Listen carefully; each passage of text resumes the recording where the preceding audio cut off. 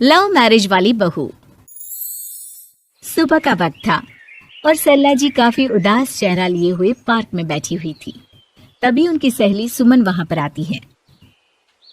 क्या हुआ सरला जी, आज मॉर्निंग वॉक करने का इरादा नहीं है क्या? इस तरह चुपचाप क्यों बैठी हैं?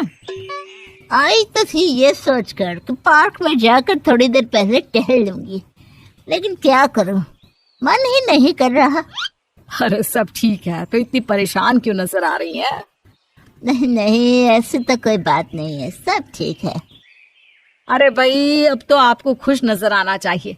अभी कुछ महीने पहले तो बेटे की शादी हुई है, घर में नई बहू आई है, आपके चेहरे पर तो रौनक नजर आनी चाहिए। अरे छोड़ो भी, आजकल की बहुओं के बारे में क्या बताऊं आपको। क्यों, क्या हुआ बहन जी, कोई परेशानी है क्या? कुछ किया क्या बहू रानी ने? अरे भाई, अभी तो शादी को 6 महीने हुए हैं। अब आपसे क्या छुपाना, आप तो जानती है मेरे बेटे ने लव मैरिज की है और मुझे ना इन लव मैरिज वाले बहुओं पर बिल्कुल भरोसा नहीं। ना जाने कब मेरे बेटे के कान भर दे। अरे लेकिन सरला जी, आपके बहू बेटा तो आपके साथ ही रहते हैं, फिर आपको इस बात का डर क्यों है? पता नहीं क्यों बहन जी, अभी तो मुझे अपनी बेटी दीपाली की भी शादी करनी है। बस इसी बात को सोचकर परेशान रहती हूँ।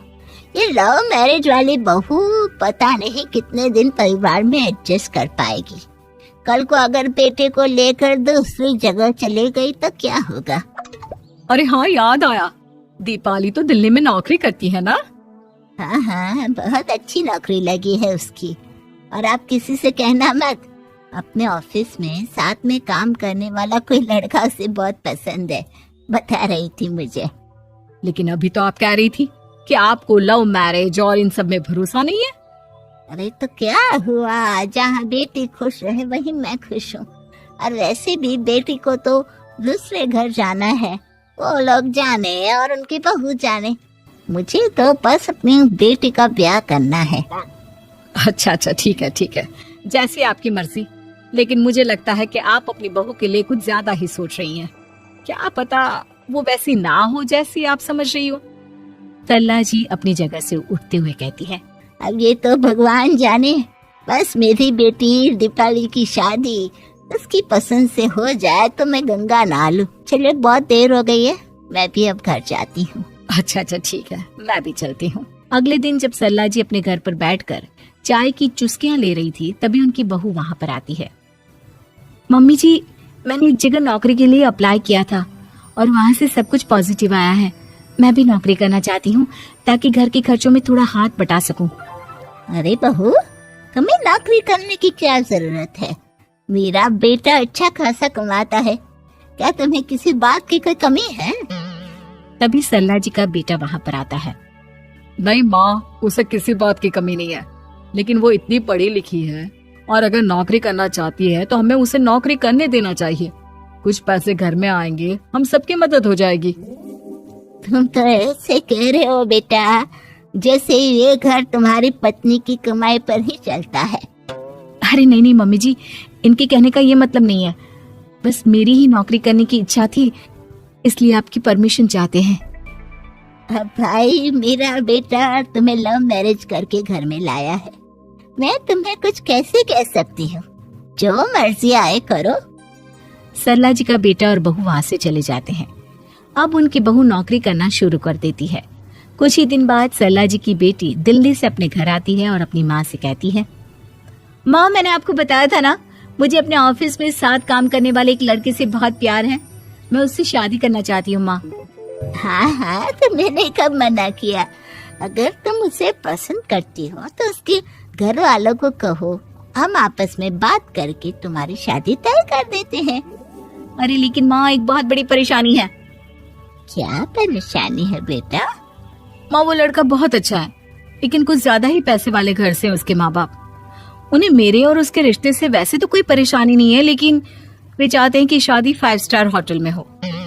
अरे ऐसे कैसे, हम तो मिडिल क्लास लोग हैं, हमारे लिए 5 स्टार होटल में शादी करना कोई आसान काम थोड़ी ना है।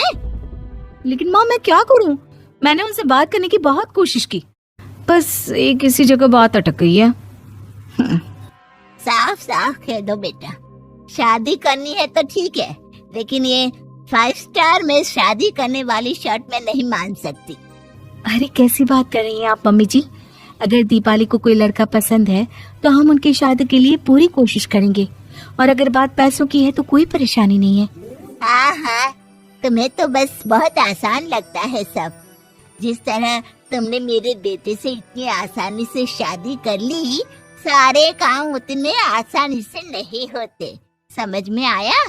हर काम करने में पैसे लगते हैं। लेकिन माँ, मैं उस लड़की को बहुत पसंद करती हूँ। सही बात है बेटा, लेकिन तुम उस लड़के से साफ साफ कह दो, अगर उसे तुमसे शादी करनी है तो अपने घर वालों को मनाए। अगर नहीं मना सकता तो तुम दोनों अपनी गृहस्थी अलग से कहीं सेट कर लो।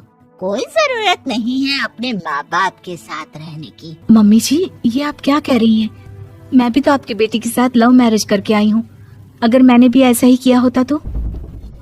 लो, अब तो मुझे उल्टा जवाब देने लगी। देखो बहू, मैं तुम्हारी सास हूँ, मुझसे ठीक से बात करो। लेकिन माँ, भाभी ठीक तो कह रही हैं। हाँ, अगर बात शादी के खर्च की है तो मैं उस लड़के से कुछ कह सकती हूँ, लेकिन उससे अपने घर वालों से अलग होने के लिए कहना, ये सही होगा क्या? आप तो समझिए माँ। और वैसे भी मम्मी जी, मैंने कुछ महीने पहले जॉब करना शुरू कर दिया था और अपनी पूरी सैलरी बचा कर रखी है। आप चिंता मत कीजिए, मैं दीपाली की शादी में कोई कमी नहीं होने दूंगी। तुम अपनी सारी तनख्वाह मुझे मेरी बेटी की शादी का खर्च करने के लिए दे दोगी? हाँ माँ, मैंने भाभी को पहले ही सब कुछ बता दिया था और वो इस बारे में सब कुछ जानती थी, इसीलिए उन्होंने पहले ही नौकरी करनी शुरू कर दी ताकि मेरी शादी धूमधाम से हो सके। तभी सरला जी का बेटा वहाँ पर आता है। देखा माँ, जैसा हम हर समय समझते हैं वैसा होता नहीं है। आपको लव मैरिज करने वाली बहू से नफरत थी ना, लेकिन अपनी ही बेटी की लव मैरिज पर आपको कोई एतराज नहीं था। ये तो गलत बात है ना। हाँ बेटा, सही कह रहे हो तुम। बहू, मुझे माफ कर दो, मैंने तुम्हारे बारे में गलत सोचा। आज से मैं बहू और बेटी में कोई फर्क नहीं करूंगी, और अपनी लव मैरिज वाली बहू से तो बिल्कुल नफरत नहीं करूंगी।